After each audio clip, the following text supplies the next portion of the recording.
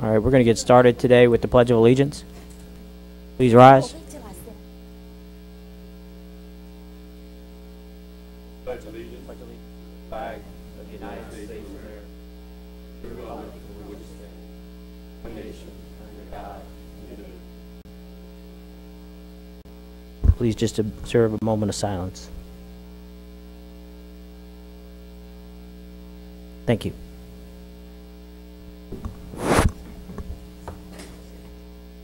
Welcome to our special meeting today.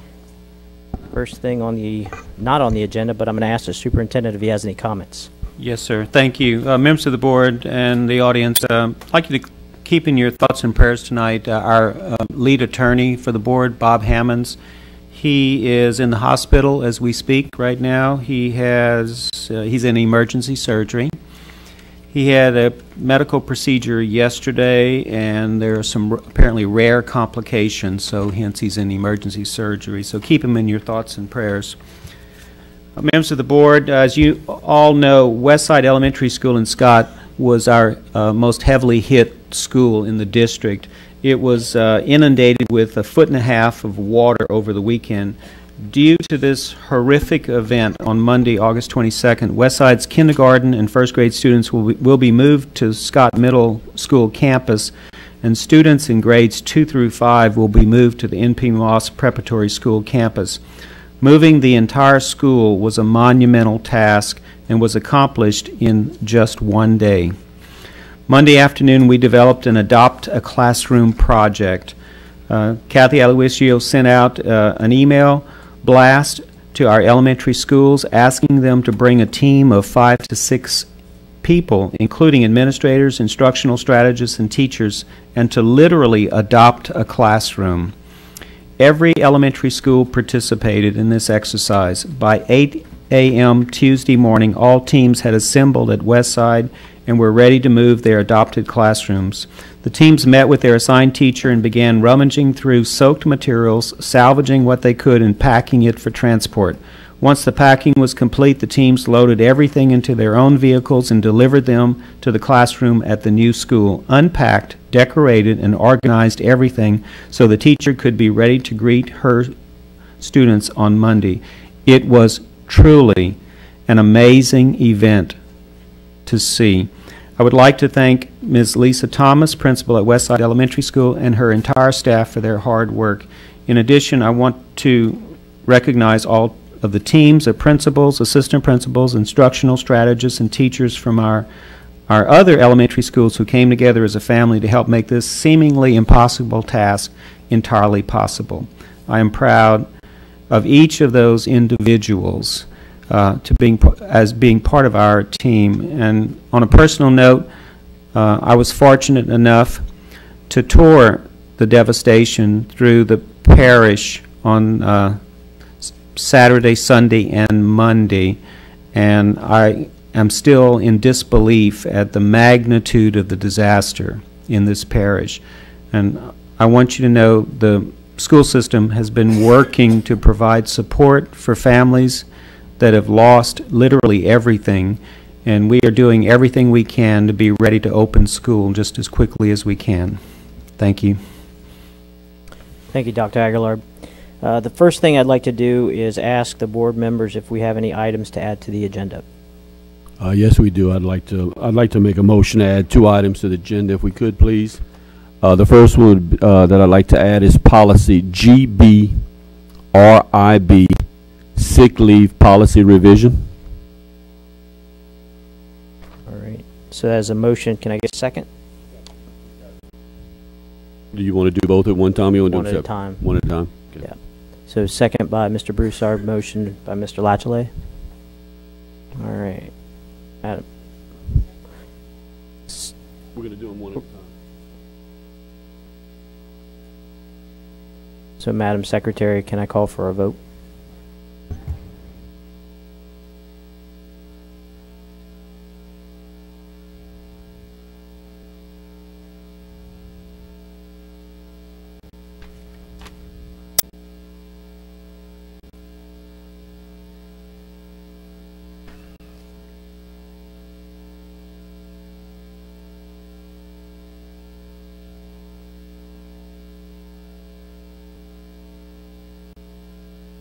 Dr. Chasson, we are voting right now to add an item to the agenda, policy GBRIB, sick leave policy.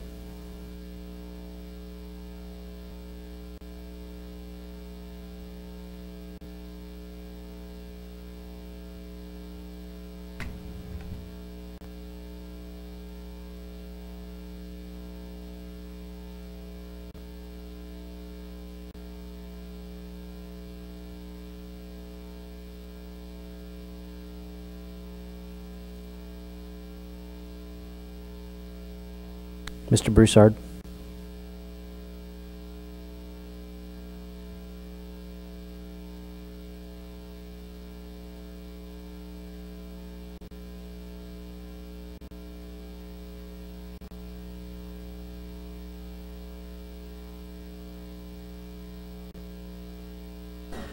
Still rising? All right, the vote should be up.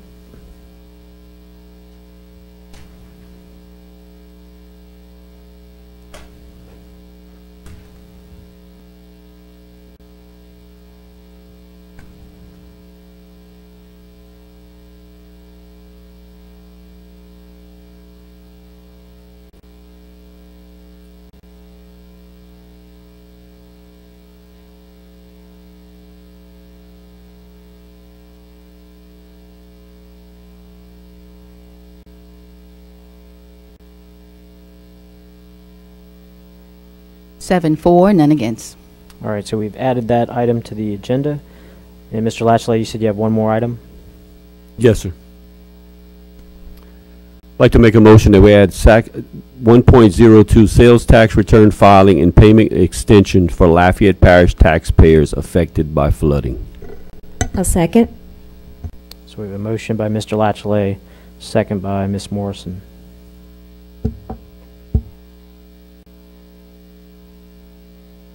Any discussion from the audience or the board? Madam Secretary, I call for the vote.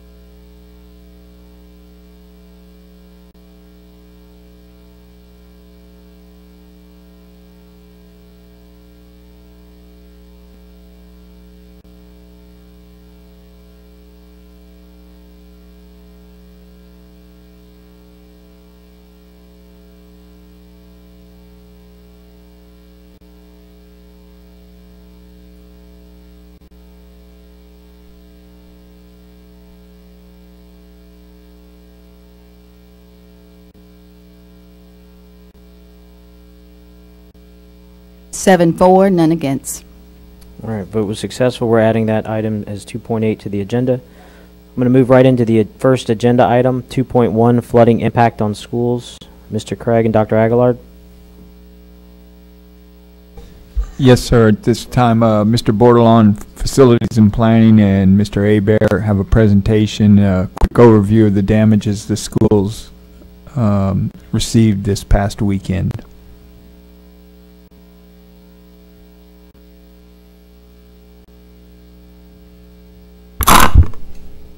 Good evening, members of the board. Kyle Bordelon, Director of Planning and Facilities. Brian Hebert, Director of Middle and High Schools. Brian put together this presentation, but I've seen most of this information. We've been running in different directions, so we didn't have time to collaborate on this. But what we saw, fortunately, at most of our schools was ceiling tile damage. What's shown in this photo is a ceiling tile that got wet and actually fell out of the ceiling.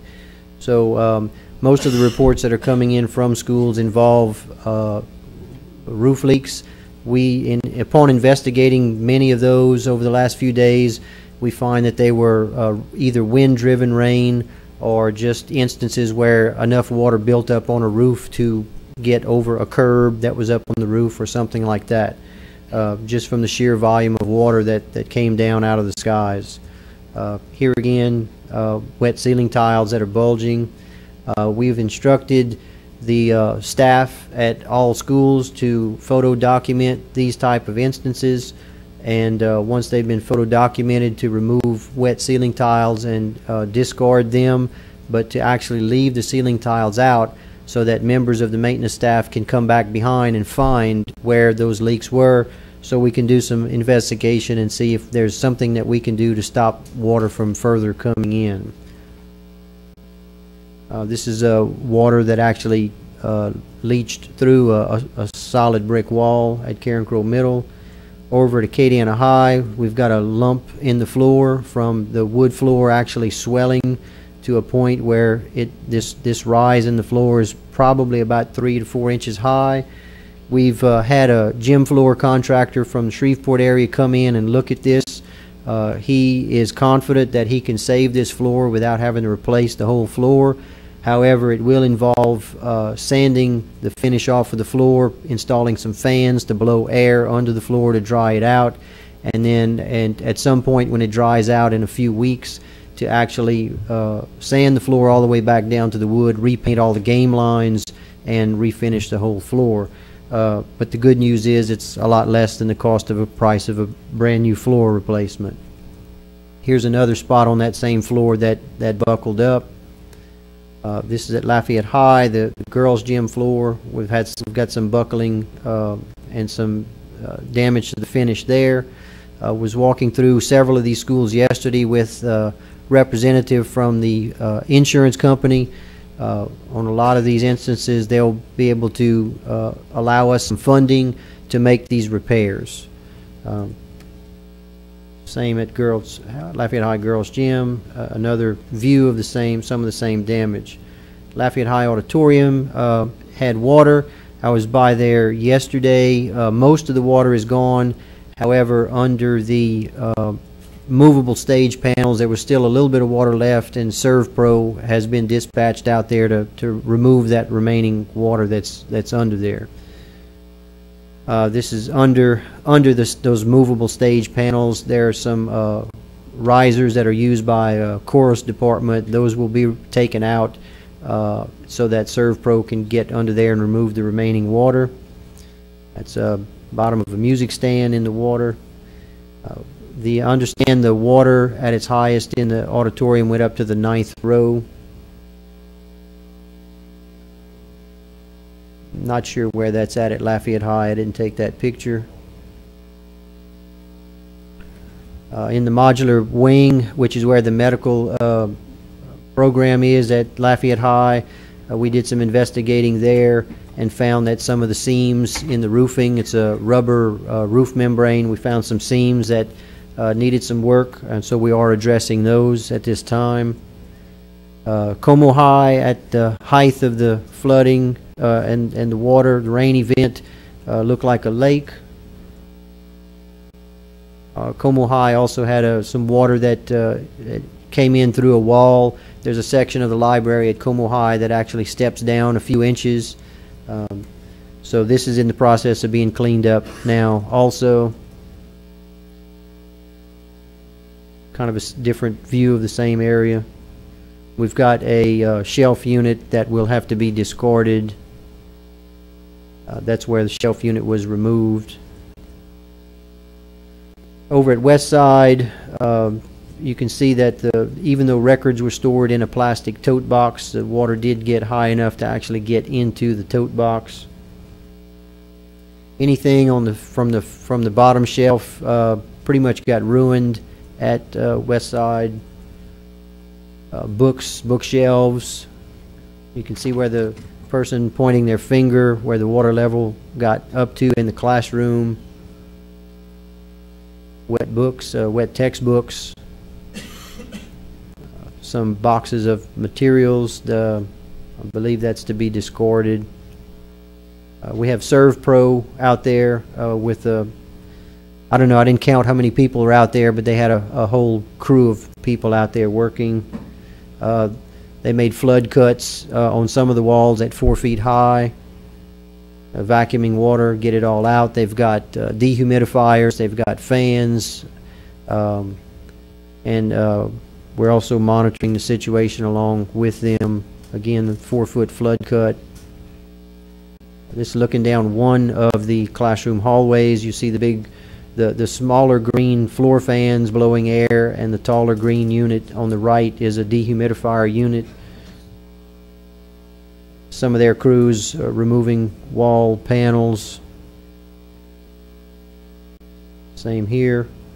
This is one of the classrooms that is nearly vacated. As Dr. Aguilar said, we had a huge turnout yesterday for the Adopt a Classroom program to get all materials, as much materials out as we could and over to the new locations. This is in the cafeteria. All the black plastic bags were the wet materials that were documented by the volunteers, the teachers. They were documented as to what got wet, and then it was put in bags. We decided to put those in one location to, in case we can't hang on to this material for too much longer, but we did want to hold on to it for a couple of days and take some photo documents of this for a future claim. One of the good things is that our insurance guy who was here yesterday and again today has seen this. Another classroom at Westside where some of the wall materials have been removed. Here again, flood cuts on both sides of a corridor wall. You're in the corridor looking into the bottom of one of the classrooms. And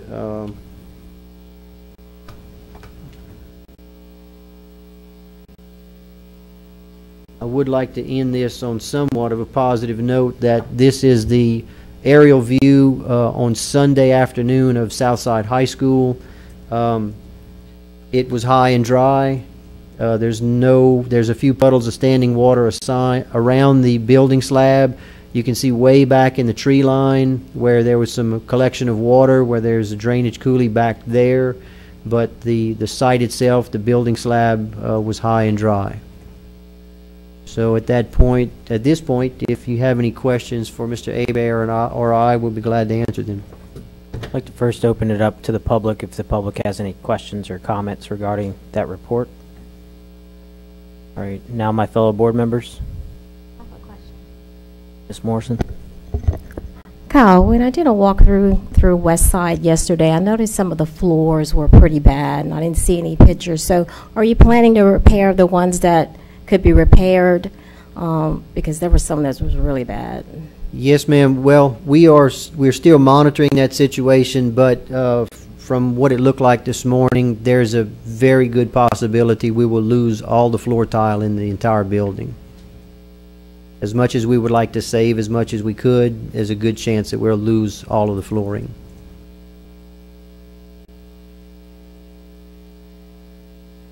Mr. Bortle, I have a question. Yes, sir.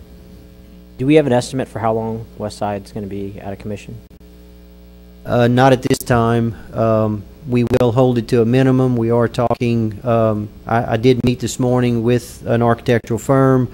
I did meet with the contractor at the same time. We were talking strategies on how to best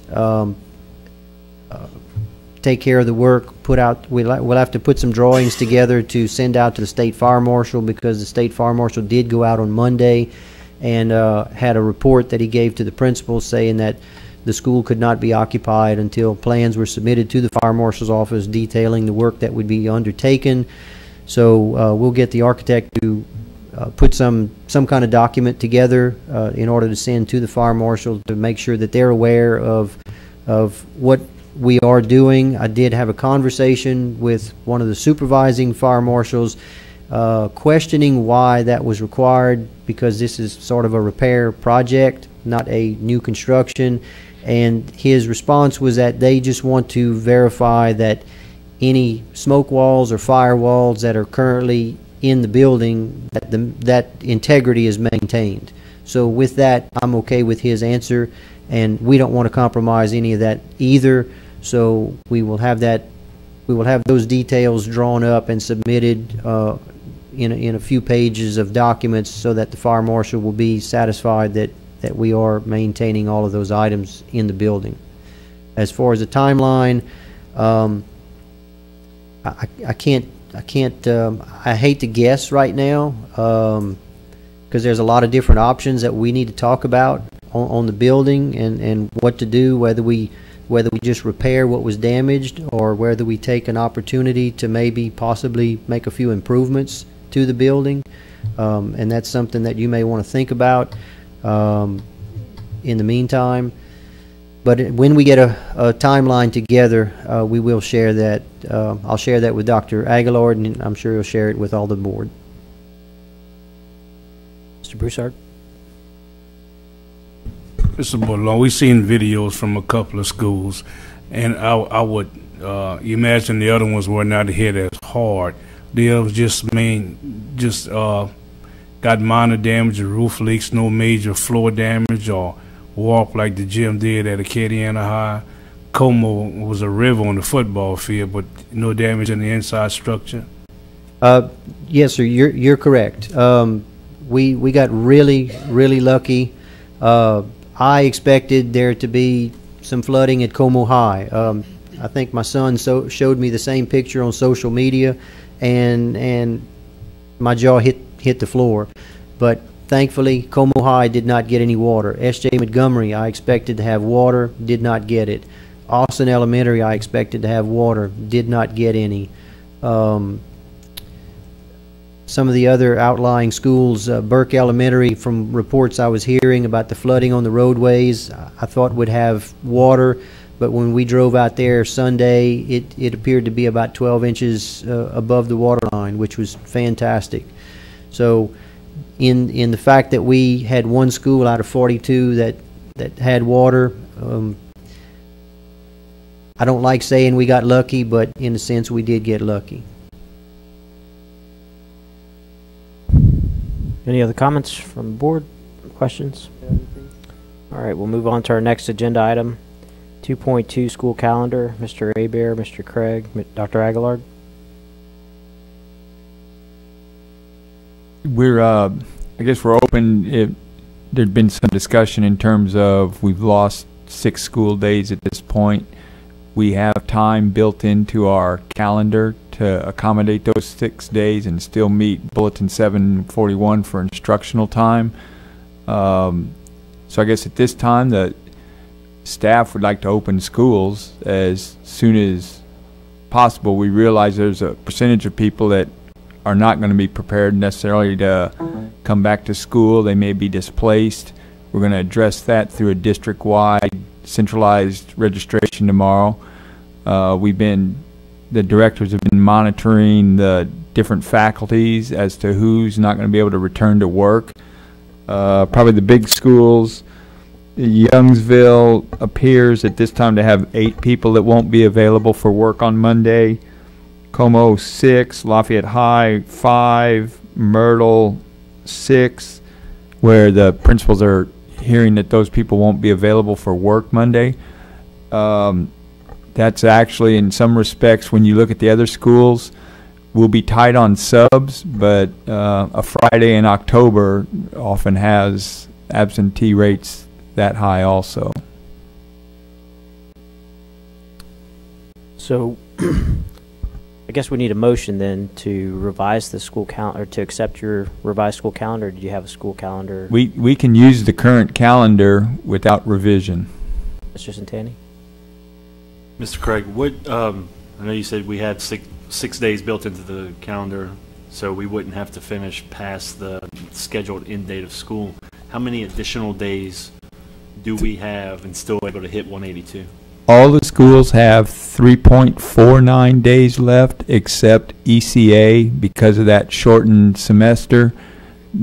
Only the freshmen and sophomores at ECA will need to make up 2 days in the fall semester, but all the other traditional schools have 3.49 days left without adjusting minutes. And what are the practical implications if we, we still have 2.5 months of hurricane season? We usually miss a day during the winter for random reasons. What are the practical implications for missing 5 days between now and the end of school? Like, how does that work? Is it as simple as going 5 days over, or are there financial considerations? There's absolutely financial considerations. You've got people that are currently being paid, and and if we do not open schools till, say, a later date beyond Monday, we're going to have people. I don't think anybody's suggesting we don't open Monday. Okay. I'm concerned. Like, I guess in my mind, the way I've been thinking about it is, do we say, okay, the first day of school was August 11th, and we've used up 6 of our days now in getting through this week, or do we just basically say, hey guys, last Thursday didn't happen. First day of school is August 22nd, and we still have our storm days and our extra days built into the calendar. That's my question. No, sir. I think staff would suggest that the first day of school was August, last Thursday, and that we've lost 6 days. We got 3.49 days left. If there would be another emergency where we close schools, we've got mandatory in-service day we could close down. Years ago, we've added 5 or 10 minutes to the day when we actually went a little over, and everybody just added 5 or 10 minutes to the day, and we made up our time that way. So I think we go with the original start date of school, and we still have adjustments that could be made if there'd be another natural catastrophe. Mr. Hidalgo? Yeah, Mr. Craig, along those same lines, let's just say there is another disaster or something of its kind where there are more missed days than are available. Is it easier to just add days now, or is it okay waiting until and unless something else happens before we add days? Is it get harder, more difficult to add days later, or is it easier to do it now? I guess I would recommend that we hold off and not add days or minutes now. You know, once you get past, February, the likelihood of an ice or snowstorm goes down. As the later in the year you wait, it gets harder to add time through additional minutes in a day. There's been years where we've had the kids return to school on Ash Wednesday or taken a day at Easter. I guess, you really don't know what Mother Nature is going to hand out, but I think at this point, with 3.5 days left and the addition of mandatory in-service that we could adjust, I think we still have a buffer for events that might occur in the fall or the winter. Because I agree with Mr. Santani personally, but I've received several phone calls today from employees, not just teachers, but other employees, support staff, etc., who would like to see the start date or the reopen date pushed back beyond Labor Day. And now the reasons are, for example, you mentioned Youngsville. Well, my understanding is not one but both principals, or assistant principal, the administrators there, lost their vehicles, both of them, as well as got damage to their home. So that's 2 administrators that, top of the top there, they're not going to be there. Certainly not enough subs to accommodate just a regular, sometimes to accommodate a regular absent day, let alone what may come in to be a 20 or 30% of our employees, teachers, affected by this. So I'm not suggesting that personally suggesting that we push the start date or the reopen date, but what happens if that data comes back and it's a significant number and we do have to push the reopen date back? I guess at this point, the numbers that the principals are reporting to us, we might be tight on subs. I know Northside, they knew they had a larger number of teachers out. They've already set up their subs for next week. The directors have talked to the principals and said to start making plans in case you're short of subs, to either at the middle and high school levels rotate teachers in to the off periods, and at the elementary level you could divvy up the kids amongst the existing teachers. I think every day the number of teachers that are not available to report to work decreases. Admittedly, we have teachers and administrators that have really tough circumstances at home. I guess as a parent of a public school kid, I guess probably 80% of the parish and the kids are ready to get back to school. You talk about a family with a limited income. Well, those folks need to get back to work, and while they can't work, they've either got to pay for child care for their kids or take days off from work or bring the kids to work. I realize that percentage of our faculty and staff administrators is in a bind and may not be at work on Monday, but I think the majority of the community is ready to get back and start instructing their children. Can I just one more, and then if that's okay, along the same lines. I'm pretty sure I know the short answer, but if you can kind of give me, are we going to be as effective as we need to be if we go back to school on Monday with a large amount of subs and/or a large amount of classes merging? Are we going to be doing the students justice? I mean, is that the right step to take? And I'm asking that so that you can give an explanation. I know the short answer, because if it were no, yeah, absolutely, it's not going to be ideal. On the other hand, how long do we wait before we get into that? You know, we make reservations with the Cajun Dome for graduation. Well, if you back that up, well, now you've affected potentially the availability of graduation at the Cajun Dome. You already got the ECA kids up against the wall in terms of their time. So no, I mean, you're right, it's probably not ideal on Monday. I'm still confident, optimistic that 2 weekends and 5 and a week that most people are going to get their situations in order so that their kids can attend school on Monday, that most of the teachers are going to be there. I mean, everybody strives to get back to normalcy as soon as possible. And I guess at some point we need to look at getting started again. Dr. Aguilar. Members of the board, we have Friday, we are asking the school staffs to report to work without students. That's really going to give us a good head count, how many people can report to work. At that point, we ought to be able to assess just what number of substitutes we might need on Monday. I just want to reassure you, I have the authority to cancel school if necessary. If I feel like we simply do not have enough substitutes in place on Friday, I have no problem delaying the start of school a day or so. I think from your position tonight, it's almost impossible for you to predict when would be the ideal time to open. I think you let the circumstances play out. And if we need to remain closed a day or two, then so be it, so that we get back to capacity.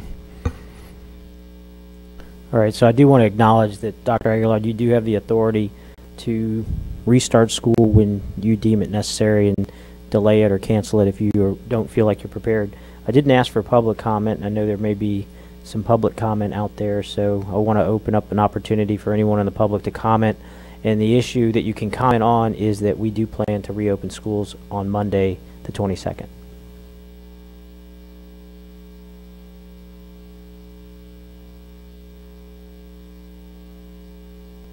Yes, ma'am. There's a button on the microphone, if you could. Good evening. I'm Tracy Davis, and I apologize for not being dressed correctly and properly for the meeting. I am an educator for the district, and my situation wasn't damaging. You know, I thank God for that no damage to my home or anything, but my friends, my colleagues, my church family, we're all affected, okay? And there's no way that personally, I wasn't even affected by the storm, that I can really go and teach my students properly with mental clarity, knowing that my other colleagues are suffering. I just left 2 homes, one from my church family and one from a former colleague, and their homes are destroyed. And if we're truly the heart of Acadiana, where is the compassion for our teachers? We give so much day in and day out, every day, and we sacrifice so much. And we're just asking for a little more time so that I can be able to help my colleagues and co-workers get back to normalcy.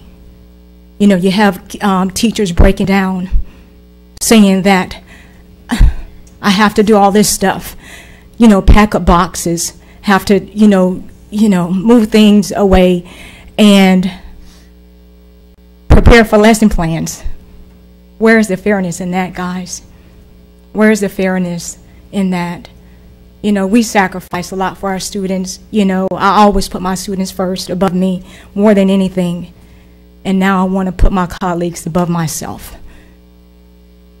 And I think that we should do that. We need to reach out and help those people get back to normalcy.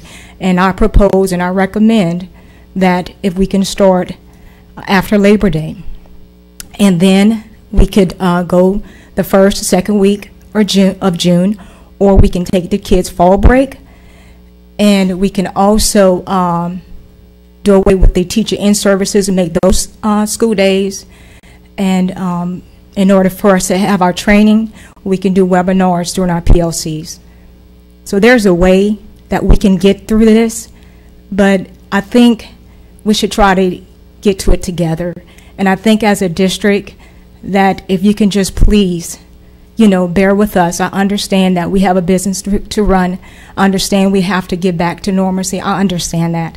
I would love to go back into the classroom and teach my kids, but will I really be doing them a service and teaching them on Monday?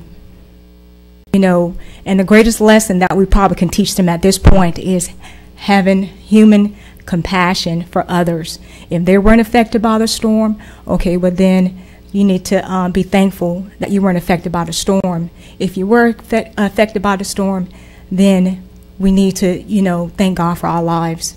So there's lessons that we can teach our kids and even not even be in school. And I think that's it. All right. Thank you, Ms. Davis.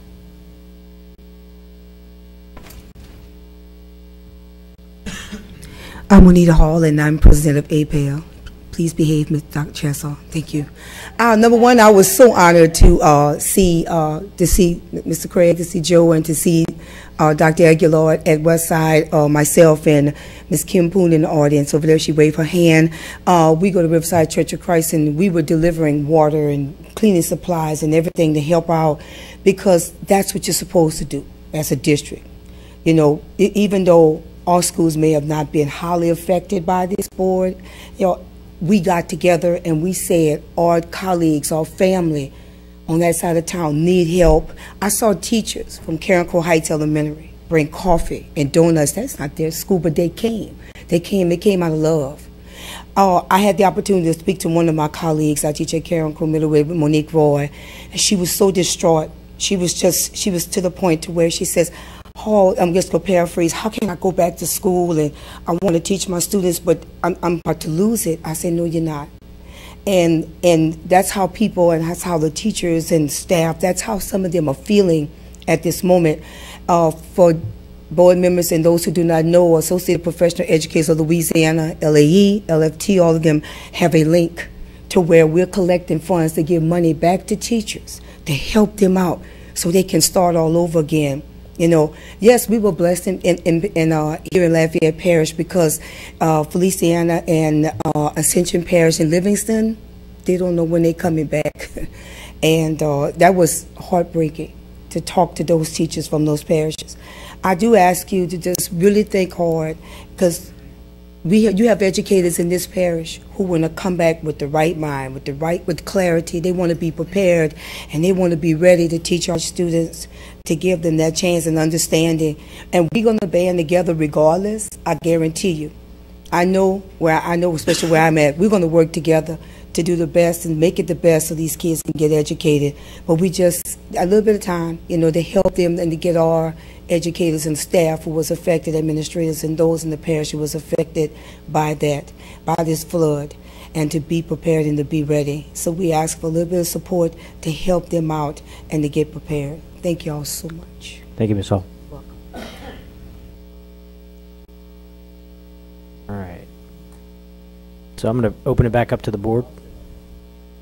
And I'll say that your points, ladies, are very well taken. Like Mr. Hidalgo, I've taken several calls over the last few days from teachers concerned about if they can't come back on Monday, will they still have a job? And I think that's, I'll speak for myself, and we're going to have an argument here on the board floor if any teacher loses their job from not being able to come back on Monday. But, you know, it's the kind of thing where there are a lot of people, our teachers included, that we're trying to balance their needs. And I'll speak from personal experience. I was entering 10th grade when Hurricane Andrew hit, and I grew up in Thibodaux, and the eye of Hurricane Andrew passed right over my parents' house.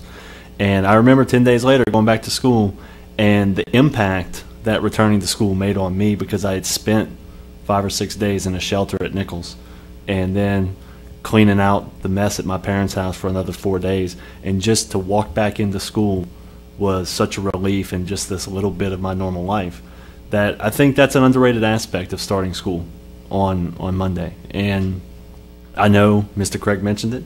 There are some people in the community that maybe they're single mothers, maybe they're hourly employees, and their children aren't in school, and I don't mean to make schools sound like daycares, because I know they're not, but their plans were made that their children would be in school and they don't have child care lined up, and so they either stay home and care for their child and don't work, or they go to work and pay for child care. And it's probably 6 one way, half dozen another, because they're probably going to work to pay for the child care, but they're going to work to keep their job as well. So there are a lot of people, especially people affected by the flooding, that I think they're ready to return to school. I mean, we heard the statistics that Mr. Craig said, where Lafayette High has, did you say 5 or 6, Mr. Craig?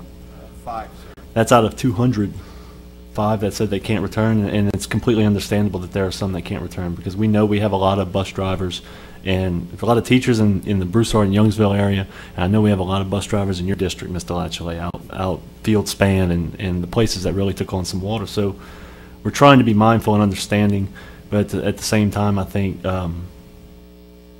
you know, we don't. It really is going to start producing a time crunch if we delay too long. So personally, Dr. Aguilar and his staff, I think they have performed admirably this week, and it seems and it sounds like they have well thought out everything that they've discussed. It seems like they have polled employees and polled administrators and polled anybody that has an interest in these schools opening, to make sure that they're not stepping on anybody's toes. And hopefully we'll continue for the group of employees that are really hurting right now, that we'll continue to do everything we can to make their return to work as smooth as possible. Ms. Amick. Yes, sir, thank you. There's one other consideration I'd like everyone to keep in mind. Unfortunately, we do have a very large population that depends on free and reduced lunches. Many families, because of just their economic hardships, are relying on a nourishing meal being provided at our schools. If we do decide to extend the closures longer, I would like us to do consideration to serving meals, if not breakfast and lunch, at least lunchtime in the communities to support our children and help our community. Thank you. All right. Well, as we mentioned before, Dr. Aguilar, this is obviously one of the toughest decisions you have to make, and you've heard the public comment. I know that you realize that we do have quite a few employees and students and families. I mean, obviously, I'd like to acknowledge, at least first off, that the entire parish is suffering. I guarantee that every single one of us is, over the last couple days, has pulled up somebody's carpet, pulled off some molding, cut out some sheetrock, and it's been difficult. It's been devastating. My own parents. I mean, the board understands that. The board appreciates that. We are the largest employer in this parish. We do educate 31,000 children in this parish, but it is important that we move forward as a parish. And again, the board acknowledges that, Dr. Aguilar, this is your decision to make, and you have our support, whether you move forward with starting on Monday or not. But right now, we're moving forward with starting on Monday. The next item on the agenda is 2.3, resolution number 08161888, declaration of public emergency, damage to buildings and properties as a result of flooding. Mr. Guidry and Dr. Aguilar. Well, Mr. Chairman, I move that the board ratify the administrative actions taken on an emergency basis to investigate and assess the damages to schools impacted by the flooding which began on August 12th, and that the board approve resolution 08-16-1888, declaration of public emergency, damage to buildings and properties as a result of flooding. All right, we have a motion for Mr. Santani and a second for Mr. Hidalgo on this resolution. Do we have any comment from the public? Do we have any comment from the board? All right, Madam Secretary, I'd like to call for a vote.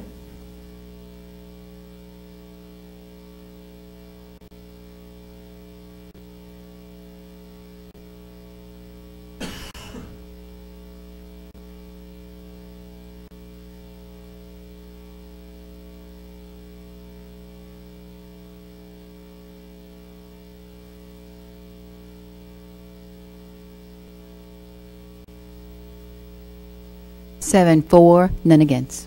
Motion passes.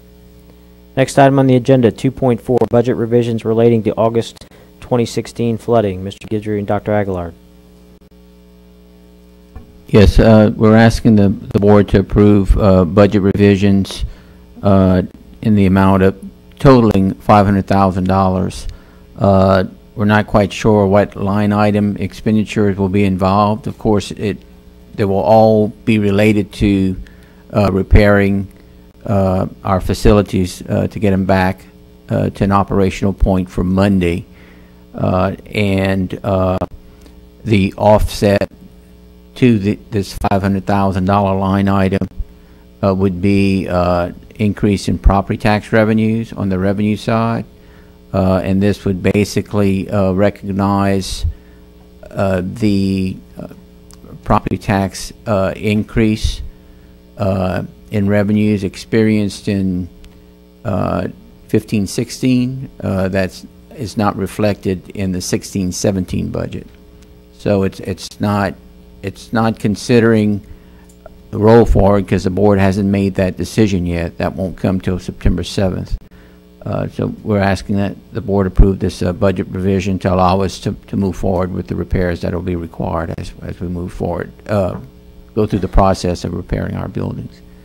Mr. Chair, I move that the board approve the budget revisions in the General Fund and Capital Projects Fund not to exceed $500,000 and an offsetting budget revision to increase property tax revenues in an amount equal to the total of increases in expenditures. Second. All right, we've got a motion to approve the budget revisions related to the August 2016 flooding and a second from Mr. Latchley. Motion by Mr. Santani.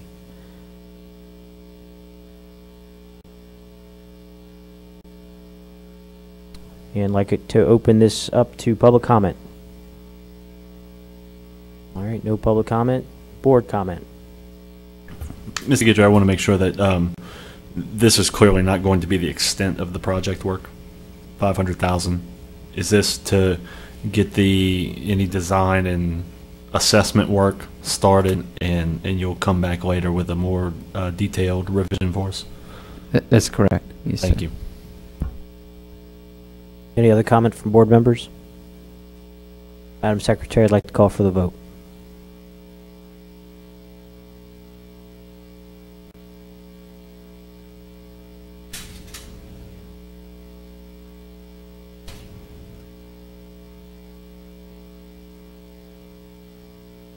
Seven, for, none against. Motion passes. Next item on the agenda is item 2.5, policy file GCEB, essential personnel. Mr. Guidry, Dr. Aguilar. We need a motion.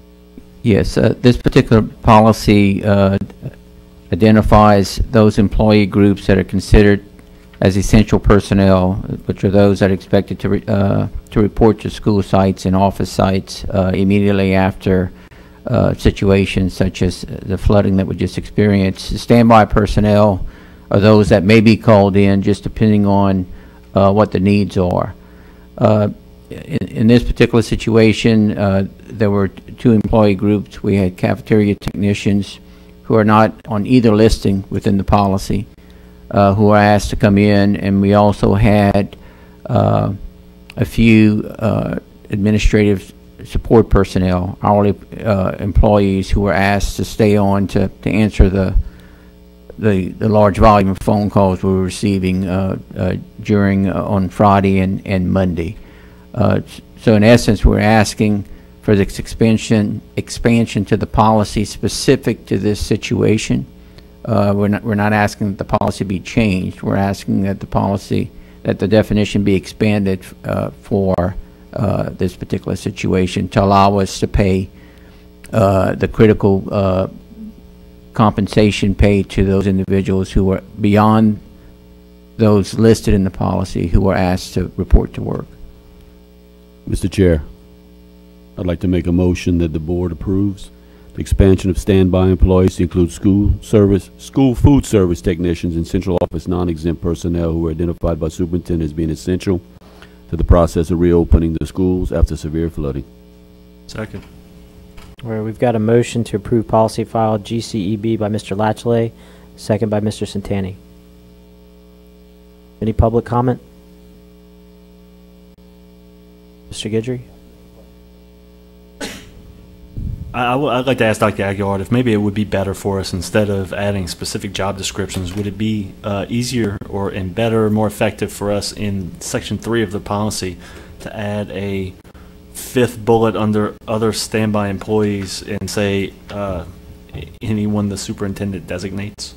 Because I'd sure hate for us to add cafeteria workers, and the next time something happens, you find out that you also need someone else that you're not authorized to call in. So would it be better for us to just go ahead and allow you to designate as needed? Because I mean, I certainly don't want to tie your hands when response time is essential.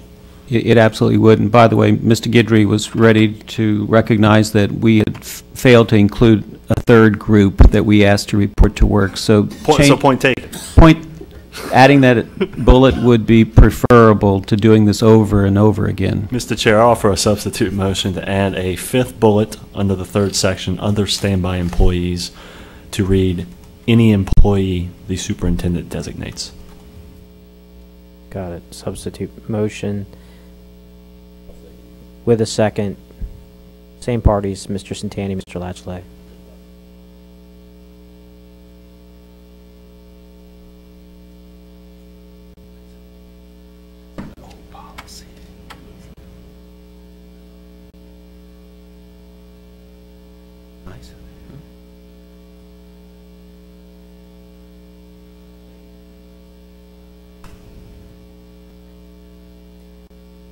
Do we have any comment on the substitute motion from the public? From the board? Mr. Hidalgo. Dr. Aguilar, this doesn't address at all potential additional days for employees that may need them?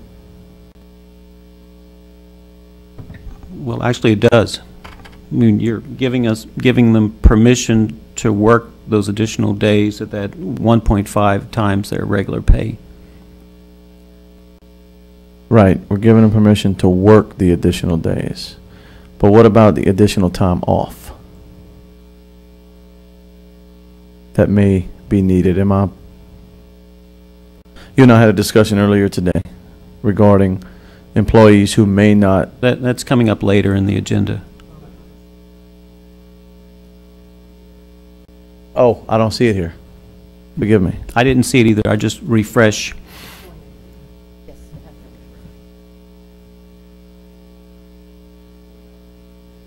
I know. Any other questions from board members? Madam Secretary, I'd like to call for the vote.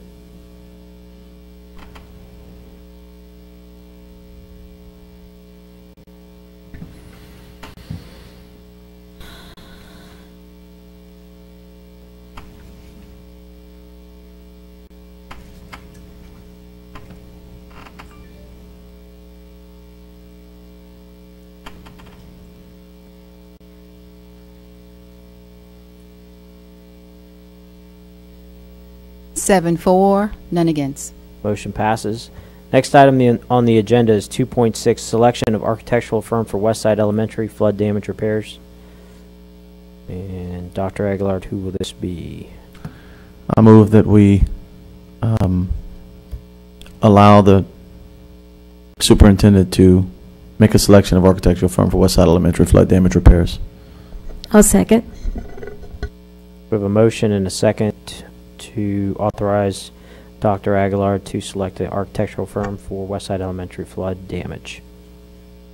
Any public comments? Mr. Knesset. Mr. Guidry. Yeah, I just wanted to mention, this is an information item which doesn't require action.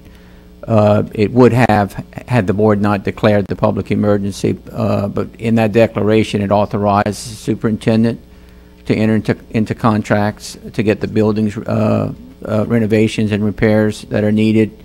Since the board approved that, we wanted to make the board aware of the fact that one of the contracts that we're going to move forward with is this particular contract. So when the board approved that resolution, this became truly, it removed the contingency and it serves as an information item, doesn't require any further action. No need to vote. All right. No need to vote, correct. Well, Yes, would sir. anybody in the public like to comment on this before we move forward? Mr. Broussard? I know Mr. Bordelon mentioned earlier that the fire marshal requested certain information before we move forward on that. I think this is an opportunity for us to involve some of the small business, whoever that may be in the area. We have got 3 or 4 contractors who do most of our work, and I've said before and I say again, these little roof that are leaking, it's a major project at Westside Elementary. I understand that there is some minor floor work, minor roof repair, minor sealing of bricks, minor this and that. I would ask that we start looking at smaller own business to come in and do some of these work, that we share some of this monies with some of the smaller business in the area. It just commented, another question. Okay. Mr. Centani? Dr. Aguilar, I was listening to the radio today and heard the Attorney General, and he recommended that you take a selfie with your contractor before you sign these contracts, okay? Get his license number and everything like that, because there's evidently going to be a lot of fly-by-night individuals coming to the parish. Mr. Bordelon? Following up on Mr. Broussard's comment, Mr. Broussard, if anyone or if for any of the board members, if contractors should approach you and ask you about this kind of thing, if you could put them in touch with our purchasing department, I'm sure Mr. Francis could begin assembling a list that he could keep on file, that we could contact whenever things like this come up, and if we have to obtain pricing and so forth, we'll have a list and keep it centralized in the purchasing department. And I believe Mr. Francis often checks on things like contractors' license numbers, things like that. So that way we don't get caught in a pickle. Thank you. Mr. Broussard? I don't have anybody in particular. I don't know anyone who does that, who has all the credentials that need be. But I've heard too often that the smaller business don't want to bid on it for fear that they're not going to get it. So, and like I said before, maybe we had a dollar amount that we can say anything under X amount of dollars can be bid out to the smaller contractors or somewhat of that nature, so they'll feel comfortable that they're in the bidding war.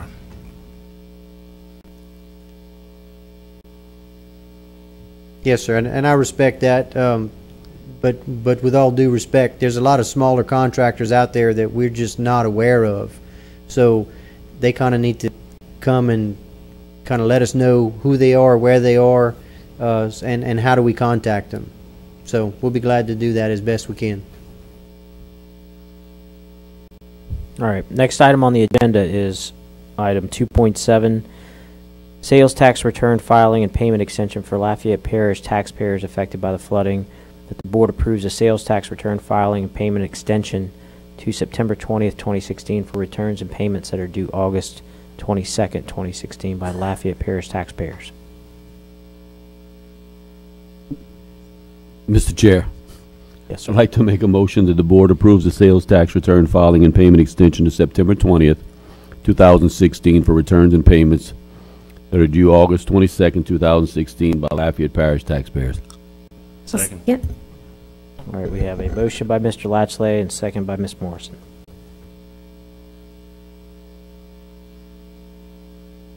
Do we have any public comment on this item? Any board comment or questions?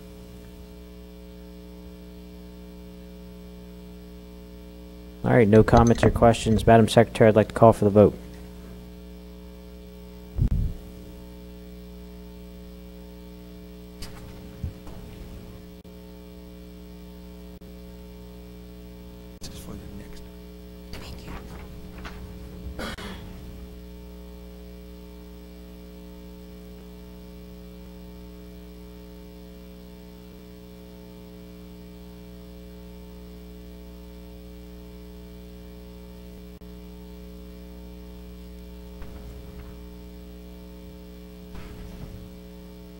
Dr. Chaplin?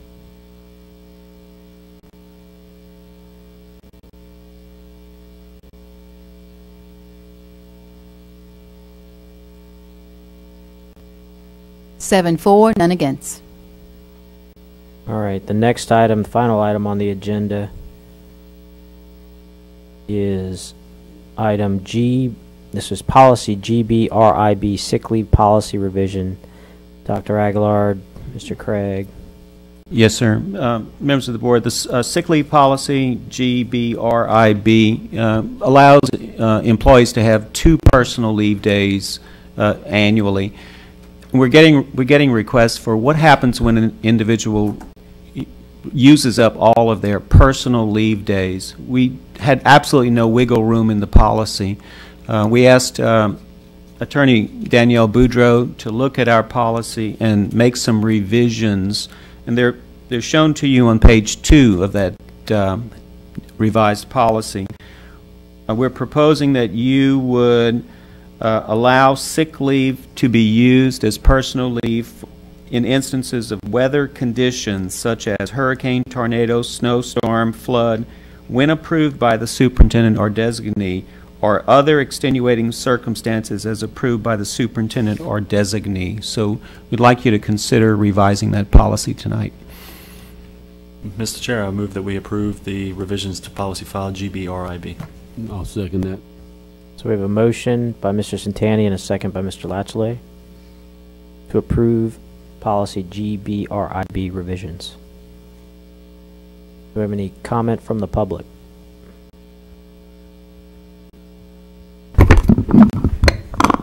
Thank you, Mr. President. Jonathan Cole, President at Lafayette Parish Association of Educators.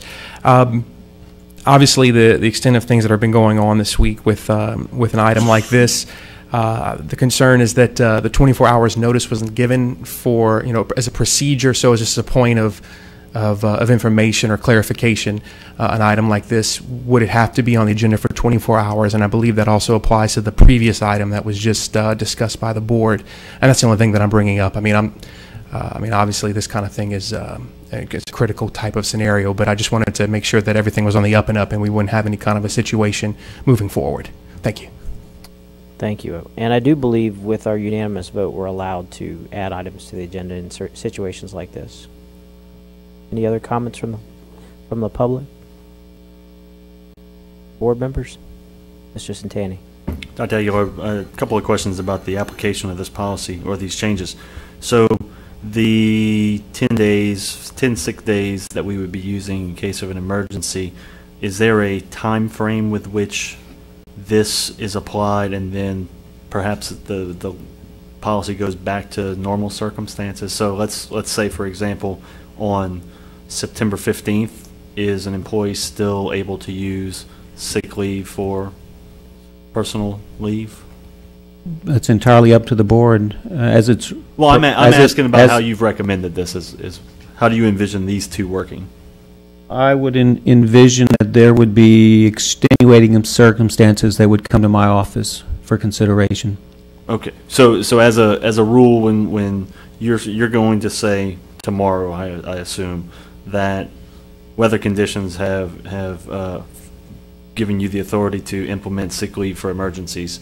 And come Monday, if a teacher can't return to work, then they will start eating the 12 days, is what I'm understanding. They would have 2 personal days and 10 sick days. That's correct. But now once they use up their 2 personal days, they're really not legally allowed to say I'm sick and then stay home not being ill. That could be. They're not legally allowed to do that anyway, right? Well, I get that, but this would allow them to begin to exhaust their available sick leave days as personal leave. Right.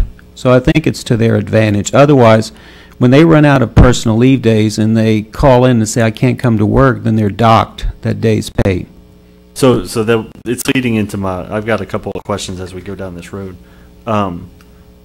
So I'm saying, so if somebody comes to work on Monday, then does that preclude them from then using sick leave as an emergency?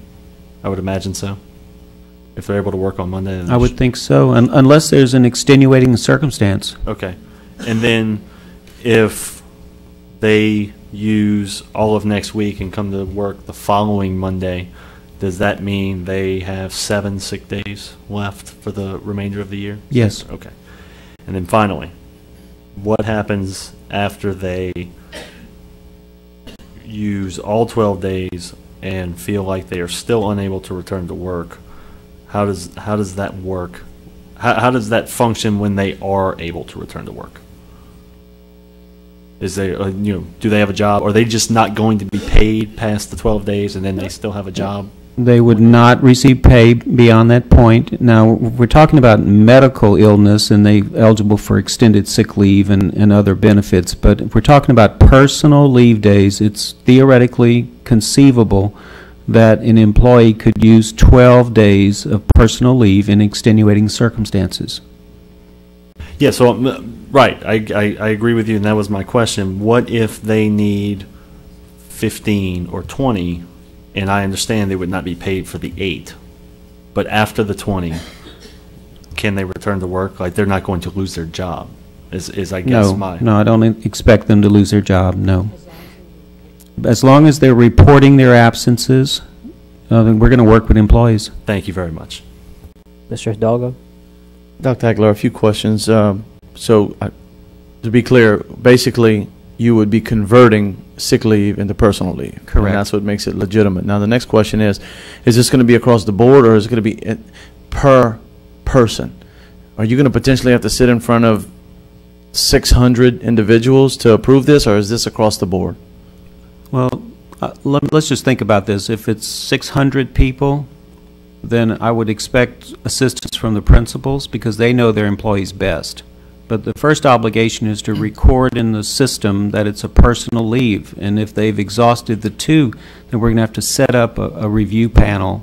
Because we want to make sure that if someone's requesting additional personal leave for this sick leave to be converted, that it's legitimate, that it's Correct. because of the... Correct. But to have to sit in front of potential 600 or 1,000 people is pretty rough. So let me ask you this. It's my understanding, I don't know if this was done, how it was approved, but it's my understanding from talking to longtime educators that in the past they've shared their leave with others. They've been able to donate their leave. There's a sick leave bank, but we're talking about for illness. Okay, illness sick leave only. Bank, not a personal leave bank. Okay, thank you.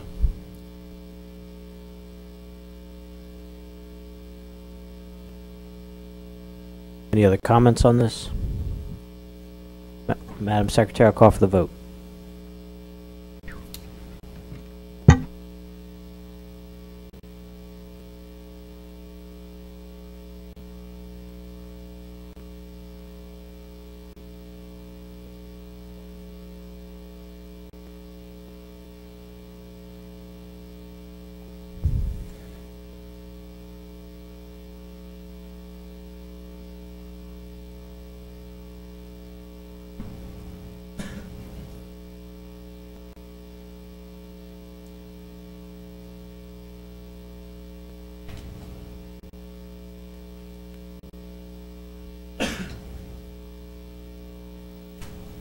Seven for, none against. Motion passes. Before we adjourn today's meeting, I'd like to open up the floor to my fellow board members to make any comments that they choose to due to the circumstances our community is in right now. And I'll start over here with Dr. Chasson and move my way around. He'll yield his time. Well, not his time, but yes, sir. All right, Mr. Dole. Allow me to cut. Mine's brief. There's so much that I can say, but I have to thank a few people. First, I want to thank Dr. Aguilar, and I want to thank the principal at Green Tea Linden, Ms. Fontenot, for allowing the people of Youngsville and the surrounding areas who needed to be evacuated from their neighborhoods to use Green Tea Linden for just about 3 days as a staging area.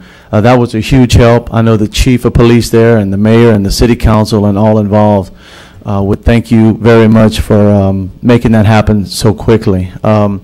And listen, I got to thank, I met this lady for the second time. She is the head custodian, Miss Lena, at Green Tea Linden. She was at school that morning as a regular day at 5 a.m., and she did not get to leave. She was stranded. She couldn't go home, and she actually had gotten dropped off, and no one could come in to get her. And so at 6 o'clock that evening, instead of her having to sleep at the multipurpose building, we were able to arrange the National Guard to bring her home. So thank her for being there all day and helping out so much. We appreciate it. And like I said, there's a lot to say, but just want to thank you all for doing that for the citizens.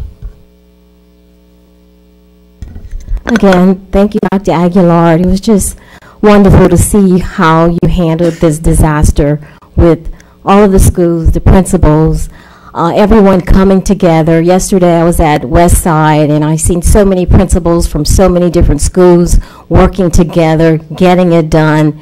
And I was just so proud to be a part of this community, a community that pulls together, works together, and we get it done together. And that's what it's all about, working together.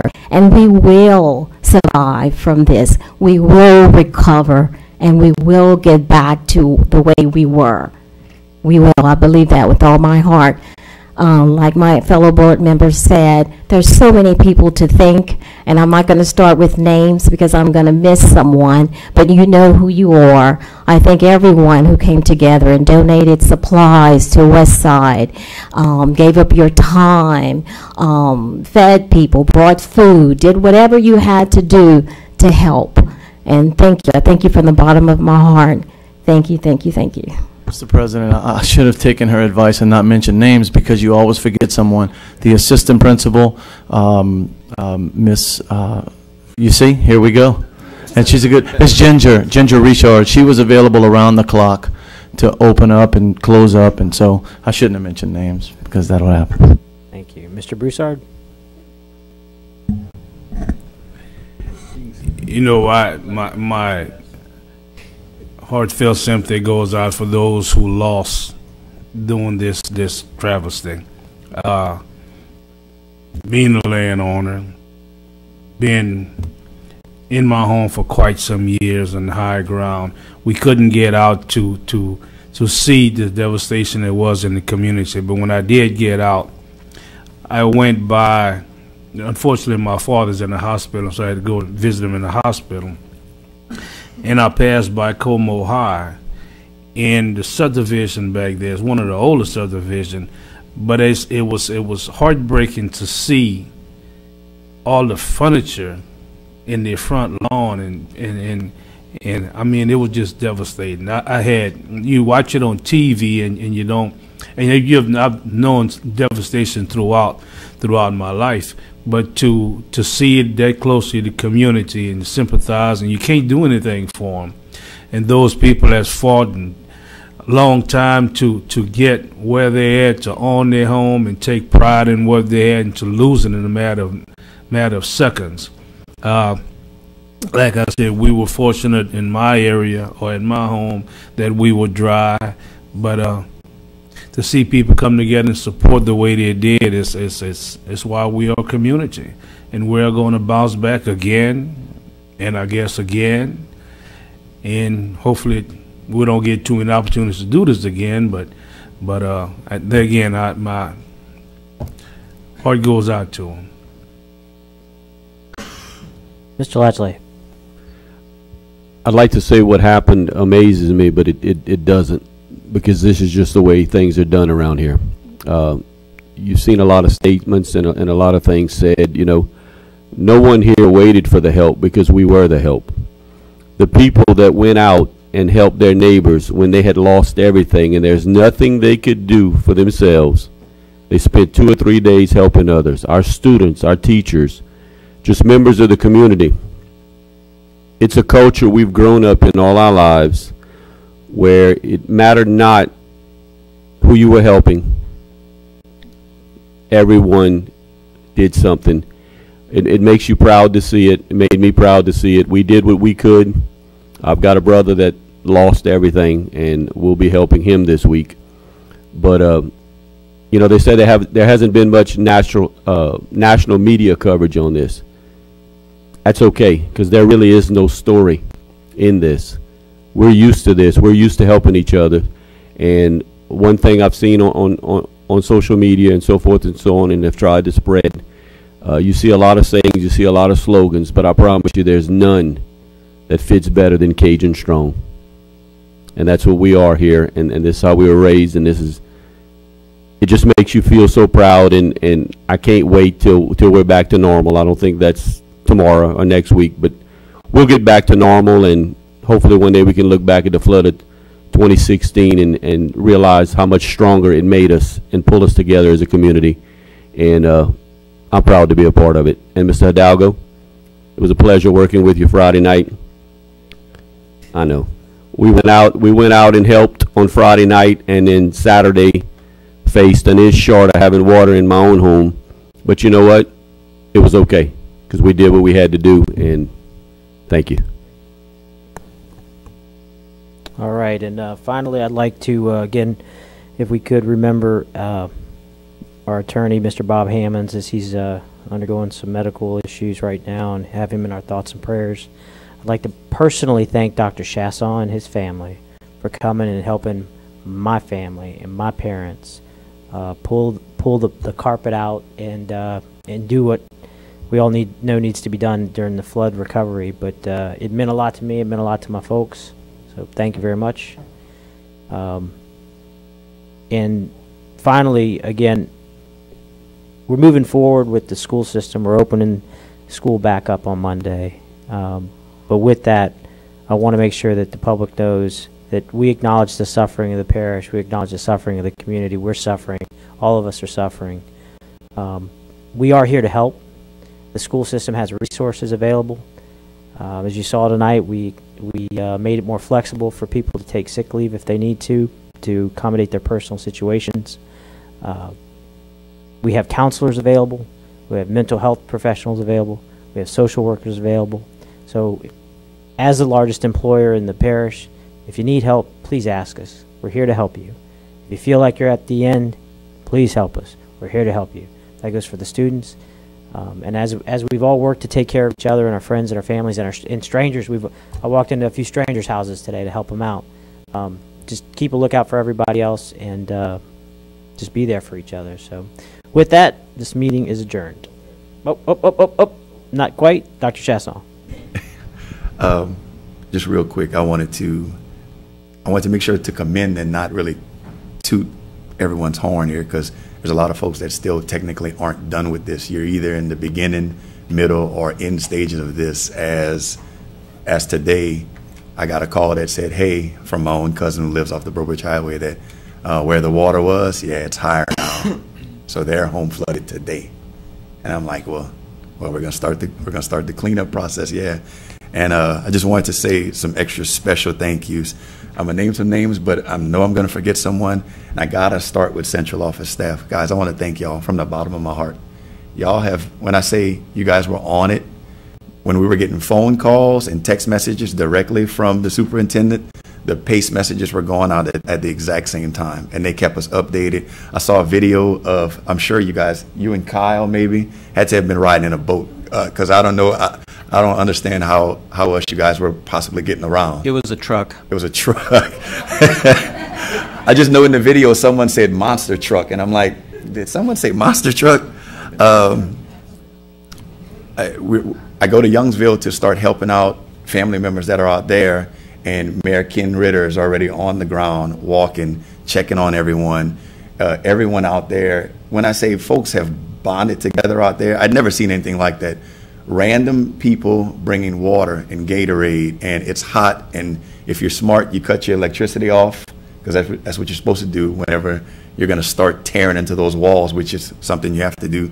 And Salvation Army, Red Cross, and then as I'm talking with the mayor, he tells me, well, man, Jeremy's got to be an honorary Youngsvillian. And I say, well, why is that? He said, well, you know, Jeremy's driving a dump truck right now. I'm thinking to myself, Jeremy's driving a dump truck right now. And you need to be recognized for that. Not necessarily an applause, but you started with helping out, and then you went to driving a dump truck. And Jeremy physically himself, because I know I got this number right, they said it was plus 60 people that you made sure got out of their own homes. Out of their own homes. And according to the chief, over half of those were elderly. And then When that stops, he transitions to go help in his area, and then these stories start linking 6 degrees of separation. As Jeremy goes to fill sandbags, he runs into Mr. Latchley, who's already there with his son, filling sandbags. Nobody knows these things, and I wanted to tell you guys thank you. I mean, there's so many folks that I saw a picture of Dawn Morris on a roof of a school, and I'm like, what's Dawn doing? So Dawn's an attorney, a mother, a roofer, a contractor. She's just checking on things. Every single board member donated. Walmart came together and on behalf of the board and the board's blessings, they donated, the board as a whole donated tons of clothing to Hyman Performing Arts. It's a makeshift shelter. Tons of clothing. When I say tons, what was brought by the board was a whole lot more than what they had over there already. And an extra special thank you as well to Mr. Chris DeQueer. He's a gentleman I met. He's a Como High student. When I drove into Youngsville, I don't even know the subdivision. I just know the road was Quiet Bluff. When I drove in there, I saw Como High athletes and students, Como High football players, Como High basketball players, track, regular students. These kids were out there. I don't know who started the initiative. I don't know who rounded them up. But these kids were out there helping folks that they didn't know from Tom, Dick, or Harry. Just helping. And this gentleman, Chris, came up and said, hey, y'all need some help? I said, well, man, this sofa, I must not be as young as I thought I am, because this sofa is really whipping me. And that kid stayed there and helped us for 3 hours. And that's amazing. That kid did, man, you want something to drink? I'm fine. I said, I got to go back in the hot tub time machine, because the kid was amazing. And then, last but not least, I'll stop with this one. Thank you to Dr. Aguilar, the staff at Vermilionville, the directors. If you haven't seen Vermilionville, all you have to do is when you leave out of here, just take a little drive and just look. Vermilionville is underwater. I mean, underwater. If you've ever driven down into Vermilionville, you have to significantly go down to get to Vermilionville, and they're underwater. And I happen to know him, happen to know her. They reached out and they said, hey, listen, we need somewhere to meet just to regroup. And as I shot a text message to the board members and Dr. Aguilar called me before I'd even hit sent on it, and it kind of upset at me, like, well, of course, we got plenty of room, of course. And he opened up the doors for folks that needed it, and we opened up Green Tea Linden. Guys, thank you. I mean, there's a lot more to do, but I just wanted to at least commend everyone. Thank you guys to everyone that has been helping. There's a lot more to do, but thanks to everyone. All right. Thank you. Meeting adjourned.